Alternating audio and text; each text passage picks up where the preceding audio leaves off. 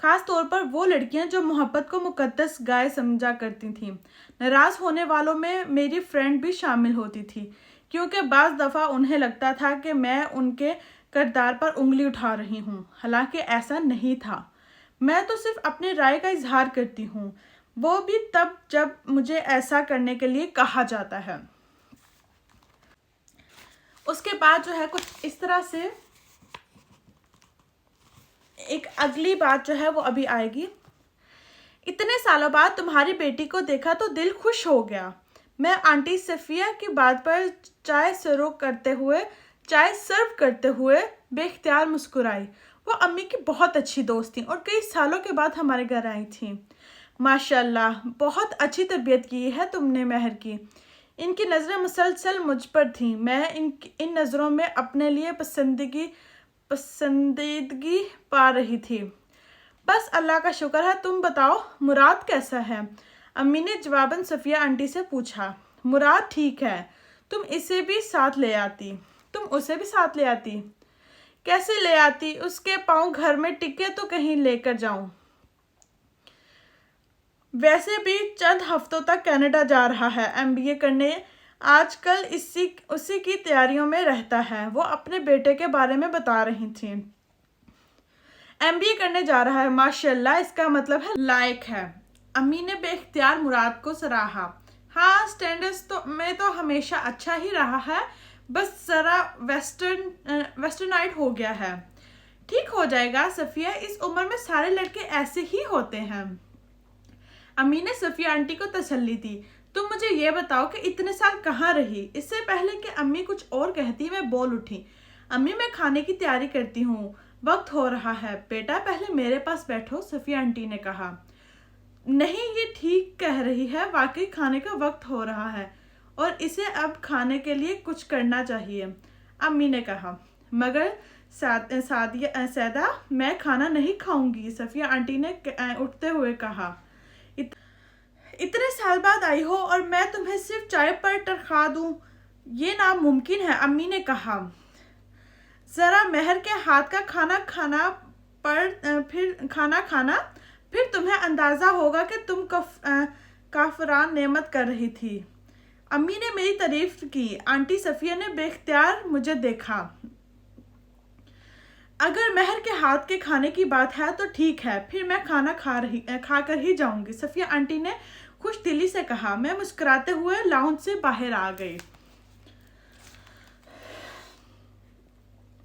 مہر دوسری لڑکیوں سے مختلف ہے، میں نے وہاں سے نکلتے آنٹی صفیہ کا جملہ سنا۔ میں مسکرا دی۔ میں نے یہ جملہ اپنی زندگی میں اتنی بار سنا تھا کہ اب اگر کوئی میرے بارے میں یہ جملہ نہ کہتا تو میں حیران رہ جاتی۔ عام لڑکیاں، صوبیہ اور ان جیسی دوسری عام لڑکیاں میں جانتی تھی، میں ان سب سے مختلف تھی اور مجھے اس مختلف ہونے پر فخر تھا۔ میں دوسری لڑکیوں کی طرح ایسے بہت سے کام نہیں کرتی تھی جو وہ اپنی زندگی کا ضروری حصہ سمجھتی تھی۔ مجھے کنزرویٹو اور نیرو مائنڈ کا لیبل اپنے اوپر لگوانے میں کوئی عار محسوس نہیں ہوتا تھا۔ اگر جسم کو مہذب طریقے سے ڈھانپنا، عبادت کرنا اور ان عبادات اور حرکات سے دور رہنا جن سے دور رہنے کا اللہ نے حکم دیا تھا، کسی کو مجھے کنزرویٹو اور نیرو مائنڈ قرار دینے پر مجبور کرتا ہے تو پھر مجھے اس سے کوئی پریشانی نہیں ہوتی تھی۔ میں خوش اور مطمئن تھی کیونکہ مجھے یقین تھا خدا مجھ سے خوش اور مطمئن تھا۔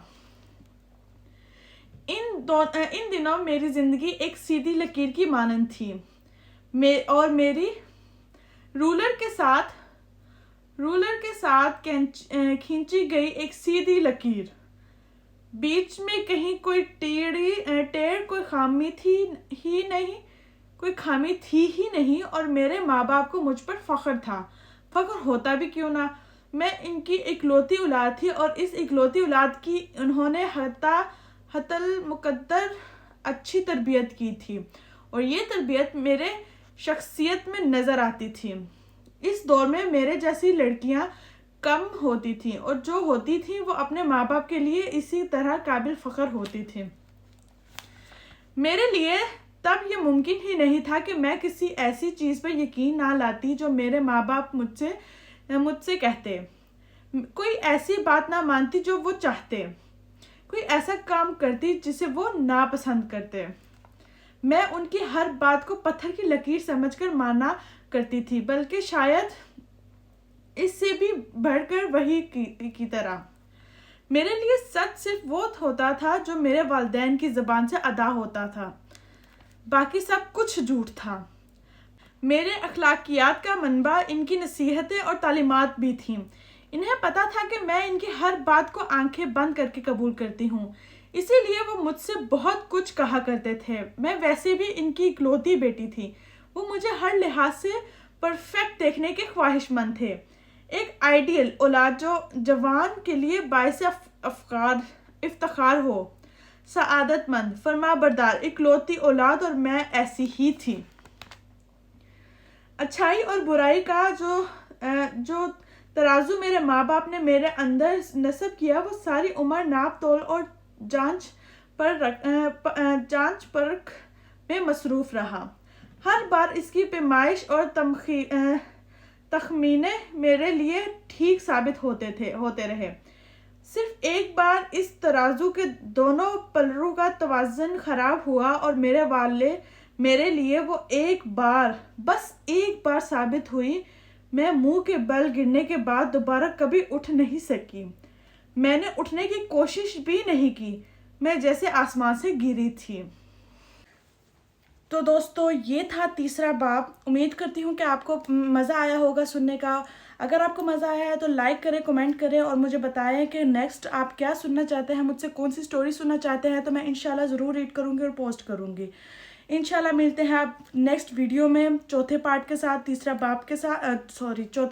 کے ساتھ۔ تو انشاءاللہ ملتے ہیں اگلی بار۔ آج کے لیے اتنا ہی۔ اللہ حافظ۔